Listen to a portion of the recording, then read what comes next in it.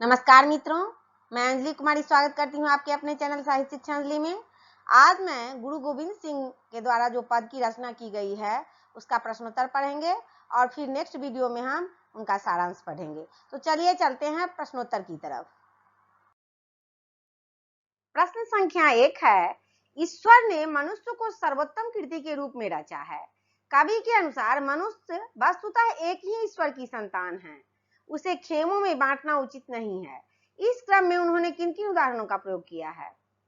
तो गुरु गोविंद सिंह जी ने अपने विचारों को कविता के माध्यम से मूर्त रूप देते हुए ईश्वर और मनुष्य के बीच के अटूट संबंधों को गंभीर रूप से चित्रित किया इस कविता के द्वारा, इस पद के द्वारा कि एक ही सेव सबको ही गुरुदेव एक ही स्वरूप सबे एक है ज्योत जानवो।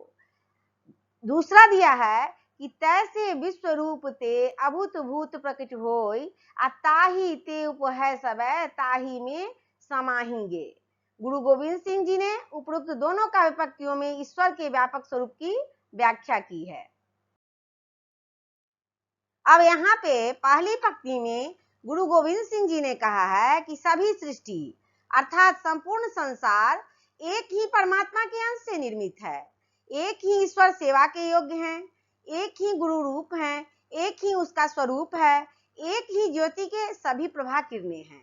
इस प्रकार प्रथम काव्य पंक्तियों में ईश्वर के स्वरूप और महत्ता की गुरु गोविंद सिंह ने व्याख्या की है। और दूसरी पंक्ति में कहा है कि कवि ने ईश्वर के विश्व रूप की दूसरी पंक्ति में व्याख्या की है और सारा संसार तो उसी विश्व रूप का अंश है। कवि कह रहे हैं कि पूरा संसार एक ही विश्व रूप का अंश है, सबकी उत्पत्ति उसी विश्व रूप परमात्मा से हुई है और सब उसी में तिरोहित हो जाते हैं, जिससे उत्पन्न होते हैं उसी में तिरोहित हो जाते हैं, समा जाते हैं। सृष्टि का मूल आधार परमात्मा ही है, उससे प्रकाशित होकर उसी में लीन होकर नश्वर जीव अपने को ब्रह्म में लीन कर लेता है। प्रश्न संख्या 2 है, कवि ने मानवीय संवेदना को मनुष्यता के किस डोर में बांधे रखने की बात कही है? तो कवि ने यहाँ पे मनुष्यता के बांध रखने की बात कही है। हिंदू तुरक कोई राफजी इमाम साफी, मानस की जात सब एक पहचान वो, करता करीम सोई राज करही मोई, दुलरोन भेद कोई भूल भ्रम मानवो। गुरु गोविंद सिंह जी ने उपरोक्त पंक्तियों में अपने हृदय के निर्मल भाव को प्रकट किया है। उनके मन में जो भाव है उसको इन पंक्तियों के द्वारा उन्होंने प्रकट कर दिया है और ईश्वर के न्यायी स्वरूप की व्याख्या प्रस्तुत की गई है। आगे गुरु गोविंद सिंह जी कहते हैं कि कोई हिंदू हो चाहे तुरक हो, कोई राफजी हो चाहे इमाम हो। राफजी का अर्थ होता है ऐसा व्यक्ति जो स्वामी को पीड़ित देख करके भाग जाए, उसका स्वामी भक्त नहीं होता, वह स्वामी को अगर कष्ट में देखता है तो स्वामी को छोड़ करके भाग जाता है, उसको राफजी कहते हैं। और इमाम क्या होता है? इस्लाम धर्म के पुरोहित को इमाम कहा जाता है और साफी शुद्ध करने वाले को साफी कहा जाता है। तो इन सब में कोई अंतर उन्होंने नहीं बताया है, यह केवल शब्द जाल का भ्रम है। गोविंद सिंह जी कहना चाह रहे हैं कि यह शब्द जाल का भ्रम है कि कोई इमाम कहा जाता है किसी को राफजी कहा जाता है, किसी को साफी कहा जाता है, लेकिन सत्य बात कुछ और ही है। मनुष्य की जात एक है, सबकी पहचान एक है, अतः मानव में भेद विभेद करना मानना मूर्खता है। फिर गुरु गोविंद सिंह जी कहते हैं कि जो कृपा करने वाले यानी भगवान है वही सब कुछ करता है, उसी की प्रेरणा से राजा और रहीम भी कर संपादित करते हैं। गुरु गोविंद सिंह जी कहना चाहते हैं कि सब कुछ ईश्वर की ही प्रेरणा से होता है, दूसरा कोई भी भेद नहीं है जिसके पीछे भूल बस भ्रम पाला जाए। ये कवि गुरु गोविंद सिंह जी ने अपनी कविताओं में ईश्वर की सत्ता का गुणगान करते हुए उसके सर्वशक्तिमान स्वरूप की व्याख्या की है। सब कुछ की उत्पत्ति उसी ब्रह्म से है और सबका अंत भी उसी ब्रह्म में निहित हो जाता है, ऐसा गुरु गोविंद सिंह जी कहते हैं। अब प्रश्न संख्या 3 है कि गुरु गोविंद सिंह के इन भक्ति पदों के माध्यम से सामाजिक कलह और भेदभाव को कम किया जा सकता है, पठित पद से उदाहरण देकर समझाएं। अब गुरु गोविंद सिंह ने जो पद लिखे हैं उसमें से किसी एक पद को आप ले लेंगे और उसका अगर उदाहरण के साथ लिख देंगे तो आपका सही जवाब हो जाएगा। तो यहाँ पर एक पद है, हिंदू तुरक तुरक कोई राफजी इमाम साफी, मानस की जात सब है एक है पहचान वो। तो इन पंक्तियों में गुरु गोविंद सिंह जी ने जाति पाति के भ्रम को दूर कर सबको संदेश दिया है कि हिंदू हो या तुर्क, राफजी हो या इमाम, साफी हो या अन्य, सब ईश्वर की संतान हैं। उनमें किसी भी प्रकार का भेदभाव नहीं करना चाहिए। यह सारा ढकोसला है कि वह हिंदू है, वह मुसलमान है, वह तुर्की है, ये सब ढकोसला कहा गया है। उन्होंने कहा है कि ये सब ढकोसला है। सभी वर्ग या जाति या धर्म के लोग एक ही ईश्वर की संतान है, चाहे वो हिंदू हो चाहे मुसलमान हो। अब एक और पद देखते हैं कि इन पद के द्वारा वो कैसे सामाजिक कलह को दूर करते हैं। तो एक पद है, एक आगते कनका कोट आग उठे, न्यारे न्यारे है फेरी आग में मिताहेंगे। इन पंक्तियों में भी ईश्वर और आत्मा के एकत्व भाव का उदाहरण और प्रतीक के माध्यम से गुरु गोविंद सिंह जी ने दर्शाया है।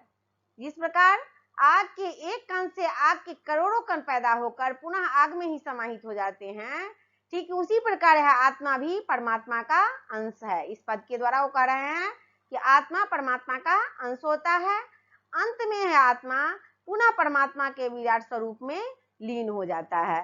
तो आप दोनों में से कोई पद उदाहरण के तौर पर लिख सकते हैं। प्रश्न संख्या 4 है, तैसे विश्व रूप ते अभूत भूत प्रकट होई, ताही ते उपजा सब ताही में समाहिंगे। तो प्रस्तुत पंक्तियां गुरु गोविंद सिंह जी के द्वारा छंद काव्य पाठ से ली गई है।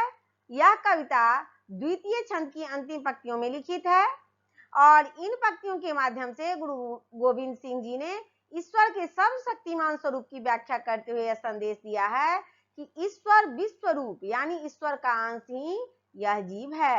आत्मा परमात्मा का ही अंश है, उसी में सभी सृष्टि की उत्पत्ति हुई है और पुनः उसी में इस सृष्टि का विनाश रूप प्राप्त कर उस सर्वशक्तिमान में लीन हो जाता है। सब देखते हैं कि जिस सृष्टि से उत्पत्ति होती है उसी में, उसी पंच तत्व में सब विलीन हो जाते हैं और सत्ता की महत्ता को सिद्ध किया है उन्होंने। लौकिक जगत और अलौकिक जगत के अटूट संबंधों को रेखांकित करते हुए गुरु गोविंद सिंह जी ने सत्य के उद्घाटन में सफलता पाई है। उन्होंने इस सांसारिक आडंबरों पर प्रकाश डालते हुए उनकी निरर्थकता पर सम्यक प्रकाश डाला है। गोविंद सिंह के कथनानुसार, उनके कहने के अनुसार, ईश्वर की सत्ता सर्वोपरि है, मानव की सत्ता सर्वोपरि नहीं होती, बट ईश्वर की सत्ता जो होती है वह सर्वोपरि है, सभी उसी के अंश हैं, सबकी पुनः उसी में तिरोहित हो जाता है। अतः इन पंक्तियों में ईश्वरीय सत्ता के और ईश्वर की महत्ता को दर्शाया गया है। प्रश्न संख्या 4 है, एक ही सेव सही को गुरुदेव एक ही स्वरूप सब एक है ज्योत जानबो। और एक ही सेव मतलब जो सेवा करने योग्य होता है उसी को हम सेव कहते हैं। तो प्रस्तुत पंक्तियां जो है वह गुरु गोविंद सिंह जी के द्वारा लिखित प्रथम छंद कविता से ली गई है। इन पंक्तियों में गुरु जी ने सेव, गुरुदेव स्वरूप, ज्योत आदि शब्दों का प्रयोग ईश्वरीय सत्ता की महानता और विराटता को दर्शाया है। इन पंक्तियों में कवि द्वारा तमाम भेदों विभेदों के पीछे मनुष्य की अंतर्वती एकता की प्रतिष्ठा की गई है। समाज में ऊपरी विभेदों के भीतर आंतरिक एकता की अनुभूति तक इस पद की व्याप्ति है। कवि मानव मात्र की एकता का पक्षधर है। छंद के अंत में वह एकत्वपूर्ण आत्मबोध के कारण ईश्वर की एकता, गुरु स्वरूप और ज्योति की एकता की प्रतिष्ठा की गई है। तो इस चैप्टर का प्रश्नोत्तर समाप्त होता है। अगर आप चैनल पर नए हैं तो चैनल को सब्सक्राइब करें, लाइक करें, शेयर करें और इस जो है गुरु गोविंद सिंह के पद जो हैं इसका सारांश में जल्दी ही अपलोड कर दूंगी। तब तक के लिए जय हिंद, जय भारत।